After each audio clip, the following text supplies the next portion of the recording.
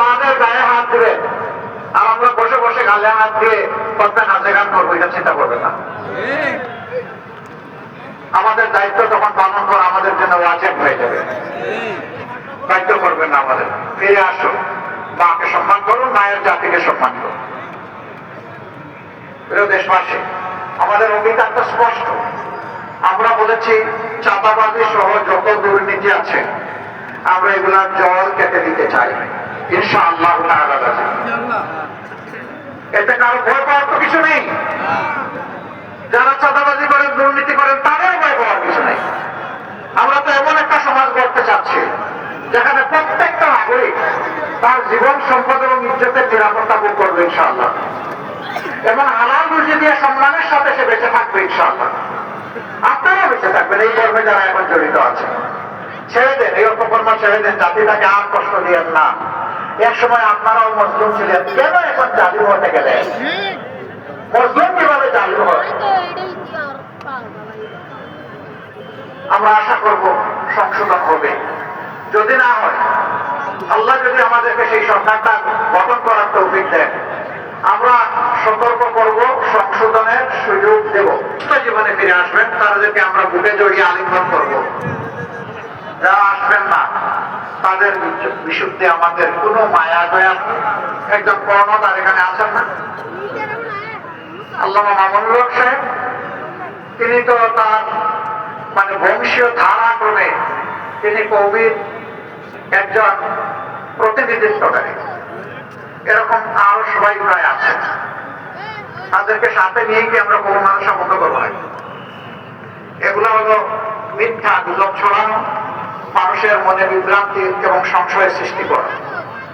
তবে মানুষ কুল খেতে খেতে এমন এক পর্যায়ে গিয়ে পৌঁছেছে, এখন আর এগুলা কানে তুলে না মানুষ নিবেদন করছে। হ্যাঁ, সারা 15 বছর ধরে যারা লড়াই করে মজলুম হয়ে দুনিয়া থেকে বিদায় নিয়েছেন এবং নির্যাতিত হয়েছেন, তাদের সকলের প্রতি আমরা শ্রদ্ধা নিবেদন। আমরা কারো অবদানকে অস্বীকার করতে চাই না। কিন্তু আজকে এই যুবকদেরকে তাদেরকে কাজের উপযোগী করে দক্ষ জনগণ হিসাবে গড়ে তোলার গল্প না শুনি আমরা কেন বেকার ভাতার গল্প শোনাবো? এই যুবকরা তো আমাদের কাছে মিছিল করে এসে দাবি করছে না যে আমাদেরকে বেকার ভাতা দিতে হবে। এই যুবকদের হাতকে, যুবতীদের হাতকে ইনশাআল্লাহ আমরা দেশ করার মজবুত কারিগরের হাতে পরিণত করবো ইনশাআল্লাহ। হাতে হাতে তাদের কাজ করে দেবো, সম্মানের কাজ। ব্যাংক ডাকাতি, শেয়ার মার্কেট লুট করবেন না, জনগণের পকেটে হাত দিবেন না, এবং পুরো দুর্নীতিবাজকে নিজের বগলের তলে আশ্রয় দেবেন না। নাম্বার 2, সকলের জন্য সমান এবং ন্যায় বিচার নিশ্চিত করা হবে। শিশু থেকে বৃদ্ধ, ধর্ম বর্ণের পুরো রাজ বিচার করা হবে না।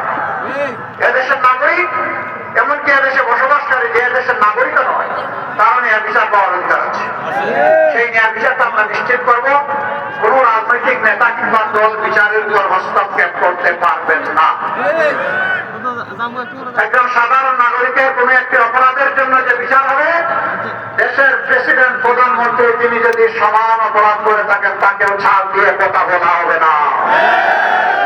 কারোর জন্য বিচারে কোনো দায় মুক্তি, ইম্পিউনিটি থাকবে না। এটা মেনে নিতে হবে।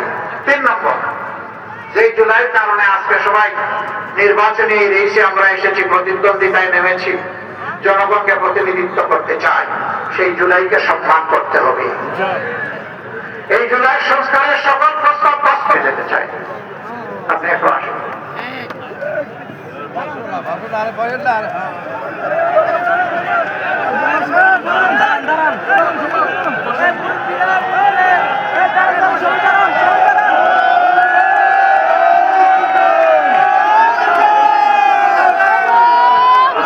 আলহামদুলিল্লাহ, আমরা 11 দলের পক্ষ থেকে সিম্বলিক আমাদের ভাই ডাক্তার সৈয়দ আব্দুল্লাহ মোহাম্মদের পায়ের হাতে আমরা ইনসাফের প্রতীক দাঁড়িপাল্লা তুলে আমরা শব্দ করে বলে জাতির হাল আমাদেরকে ধরতে হবে।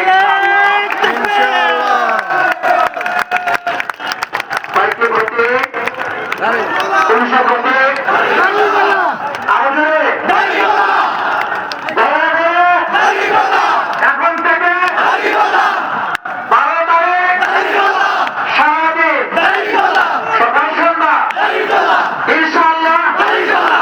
বিজয় হবে মাশাআল্লাহ তাআলা লাজিম।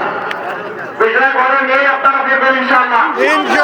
যাদের এই গরুর দায়িত্ব সেদিন যদি আল্লাহ অর্পণ করেন, সেজদা করে আল্লাহ দরবারে শুকরিয়া আদায় করবেন এবং তাওফিক কামনা করবেন। চট্টগ্রাম পাশে আপনাদেরকে মোবারকবাদ। আমরা আপনাদের সাথে আছি।